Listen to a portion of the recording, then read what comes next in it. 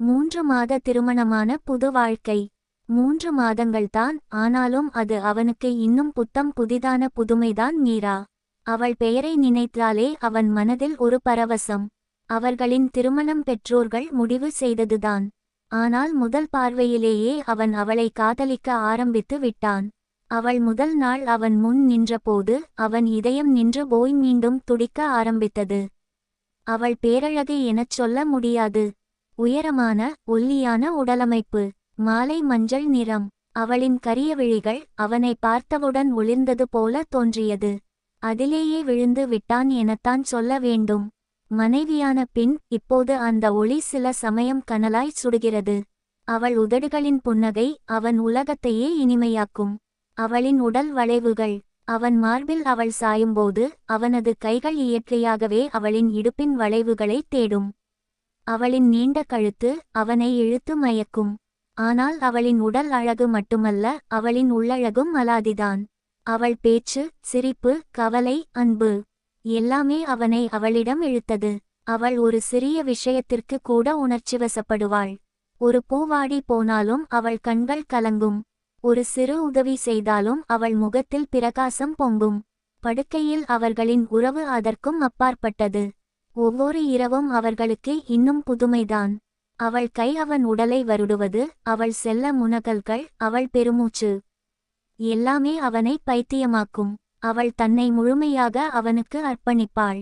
அவளின் உடல் அவனுக்கு ஒத்துழைக்கும். அவளின் கண்கள் அவனை அழைக்கும். அவளின் உதடுகள் அவனுக்காக தவிக்கும். அவர்கள் ஒன்றாக இருக்கும் ஒவ்வொரு இரவும் அவனுக்கு கிடைத்த வரம்தான் என்று தோன்றும். ஒரு நல்ல ஜோடியாகவே அவர்கள் இருக்கிறார்கள். அவனுக்காக சமைக்கவோ ஆடைகளை துவைக்கவோ அவள் அலுத்து கொண்டதே இல்லை. அவன் சோர்வாக அலுவலகத்திலிருந்து வரும்போது அவள் முகத்தில் விரியும் புன்னகை அவனை தேற்றும். இருவரும் கிச்சனில் இணைந்து வேலை செய்யும்போது அவர்களின் காதல் ஆழமானது. அவளது ஆடைகளை மடித்து வைக்கவோ அவளின் அலுவலக கதைகளை கேட்கவோ அவன் தயங்கியது இல்லை. அவர்கள் ஒன்றாக சிரிப்பார்கள், ஒன்றாக சண்டை போடுவார்கள், ஒன்றாக சமரசம் செய்வார்கள், பிறகு சரசம் செய்வார்கள்.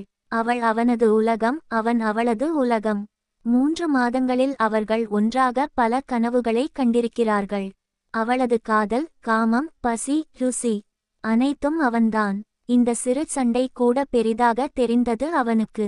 ஏனென்றால் அவளுடன் வாழும் ஒவ்வொரு நிமிடமும் அவனுக்கு பொக்கிஷம். அவளுடைய ஒரு கோபமான பார்வை கூட அவனை வலிக்க வைக்கும். அவளுடைய ஒரு அலட்சியமான பதில் கூட அவனை நொறுக்கிவிடும். வேலை அவசரம் என்பதை அவளுக்கு மென்மையாக சொல்லியிருக்க வேண்டும். குளிக்கப் போகும் முன் சாரி என ஒரு வார்த்தை, ஒரு அணைப்பு, ஒரு முத்தம் அந்த காலையை இனிமையாக்கியிருக்கும். அவன் அலட்சியம் அவளை பாதித்து விட்டது. இப்போது அதை சரி செய்ய வேண்டும். இன்னும் அரை மணி நேரத்தில் மீராவின் அலுவலகம் முடிந்துவிடும். போகும் வழியில் பூவும் இனிப்பும் வாங்கிக் கொள்ளலாம். அவளுடன் சேர்ந்து வீட்டிற்கு செல்லலாம். அப்போது காலையில் ஏற்பட்ட சிறு விரிசலை இந்த சிறிய செயல்களால் சரி செய்து விடலாம். இந்த யோசனை அவனுக்கு உற்சாகத்தை தந்தது. அவள் முகத்தில் அந்த புன்னகை திரும்பி வரும்போது அவனுக்கு கிடைக்கும் சந்தோஷம் எதற்கும் ஈடு இல்லை. அவள் அவனை பார்த்து சிரிக்கும் போது அவளின் கண்களில் தெரியும் ஒளி. அதற்காக அவன் எதையும் செய்ய தயார். நெல்லை லாலா சுவீட்ஸில் மில்க் சுவீட் 1/4 கிலோ வாங்கிக் கொண்டான். வெளியிலேயே பூக்கார அக்கா இருந்தார்கள். ஒரு முழம் வாங்கிக் கொண்டான். இன்னும் முருதாக மலராத மொட்டுகள் நெருக்கமாக கட்டப்பட்டிருந்தது. வண்டியை மீண்டும் ஸ்டார்ட் செய்ய ஒரு வயதானவர் வந்து ஒரு விசிட்டிங் கார்டை காட்டி விசாரித்தார். கையில் கட்டைப்பை. இந்த எலக்ட்ரிக்கல் கடை கவர்மெண்ட் ஆர்ட்ஸ் காலேஜ்க்கு பக்கத்துல இருக்குதுயா. ஆப்போசிட்ல போய் பஸ் இல்லை, ஷேர் ஆட்டோ புடிச்சு போங்க, ஒரு ஸ்டாப் தான்.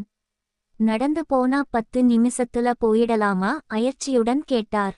சட்டென்று மனம் கனமாகிவிட்டது. சரி, ஒரு 5 நிமிஷம் போனா போகுது. உட்காருங்க ஐயா, நான் கொண்டு போய் விடறேன். உங்களுக்கெதுக்கு தம்பி வீண் சிரமம்?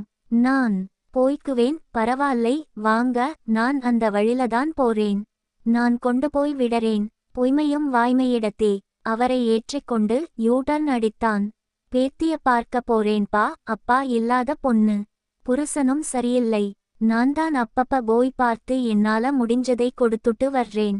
இப்ப வேலை பார்க்கற கடை மாறிட்டா அதான் கண்டுபிடிக்க முடியலை. அவர் புலம்பல்களை கேட்கும் மனநிலையில் நான் இல்லை. சீக்கிரம் மீராவை சென்று பிக்கப் செய்ய வேண்டும். கடை வாசலில் அவரை இறக்கிவிட்டு வண்டியை விரட்டினேன். பட்ட காலிலே படும் என்பதைப் போல சிக்னலில் மாட்டிக்கொண்டேன். வாகன நெரிசல் பெரிதாக இல்லை. போக்குவரத்து காவலர் குடைக்கு கீழ் நின்று போன் பேசிக்கொண்டிருந்தார். இல்லாவிட்டால் சிக்னலை கண்டுக்காம போயிடலாம்தான். அப்போதுதான் எதிர்த்திசையில் சென்ற பைக்கை பார்த்தான். வெளிர் நீலநிற புடவை படபடக்க ஒரு பெண் அந்த பைக்கின் பில்லியனில் இருந்தாள். ஒடிசலான தேகம் வாகன ஓட்டியின் மீது ஓயிலாகச் சாய்ந்திருந்தது போலத்தான் தோன்றியது. ஓரிரு வினாடிகளுக்குள் வண்டி விருட்டென கடந்துவிட்டது. மீராவா அது? முன்னால் இருக்கும் ஆணின் தோளில் சாய்ந்திருந்தாளா? அல்லது வேகத்தில் பேலன்ஸ் இழக்காமல் இருக்க அப்படி இருந்தாளா? அவள் சிரித்துக் கொண்டிருந்தாளா? மீராவா அது என்று மனதுக்குள் கேட்டுக்கொண்டான். வண்டி மறைந்து விட்டது. எதிர்ச்சாலை காலியாக இருந்தது. பின்னாலிருந்த பேருந்தின் ஹாரன் அலறியது. சிக்னல் மாறிவிட்டது போல.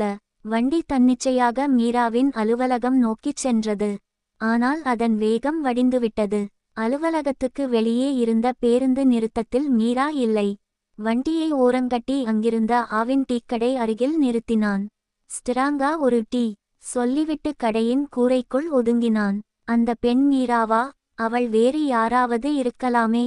ஆனால் அதே சேலை, அதே ஒல்லியான உடல்வாகு, கூந்தல் கூட ஒரு அரையடி நீளத்தில்தான் அலைபாய்ந்தது. Sir tea. டம்ளரை எடுத்துக்கொண்டான். அவள் ஏன் வேறு ஒருவனுடன் செல்கிறாள்? எனக்கு தெரியாத நண்பரா? அவள் சிரித்தாளா? இல்லையா? அவள் சாய்ந்திருந்தாளா? இல்லையா? டீ உள்ளே செல்லச் செல்ல சற்று நிதானமானான். அவன் மனம் அமைதியடையத் தொடங்கியது. நான் நல்லவனாக இருந்தால் இந்த உலகம் எனக்கு நல்லதே செய்யும். மீரா என்னை நேசிக்கிறாள்.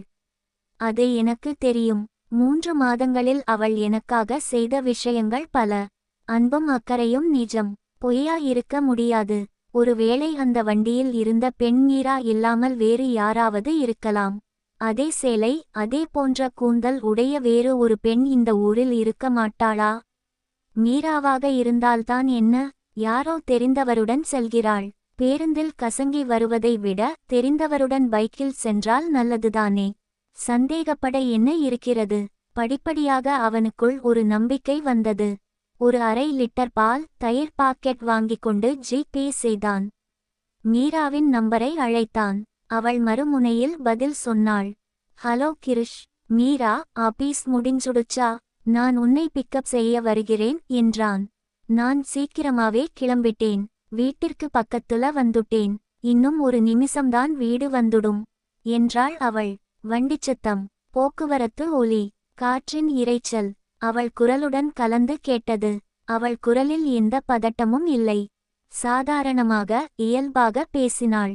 கிருஷ்ணனின் இதயம் சற்று வேகமாக துடித்தது. நீங்க என்ன சீக்கிரமே கிளம்பிட்டீங்களா? உன்னை பிக்கப் செய்யத்தான் கிளம்பினேன். நீ முன்னால் போய்க்கொண்டே இரு, நானும் வந்துடறேன் என்று சொல்லி போனை வைத்தான். அவன் முகத்தில் ஒரு புன்னகை. அவள் வீட்டிற்குத்தான் செல்கிறாள். சந்தேகம் வேண்டாம்.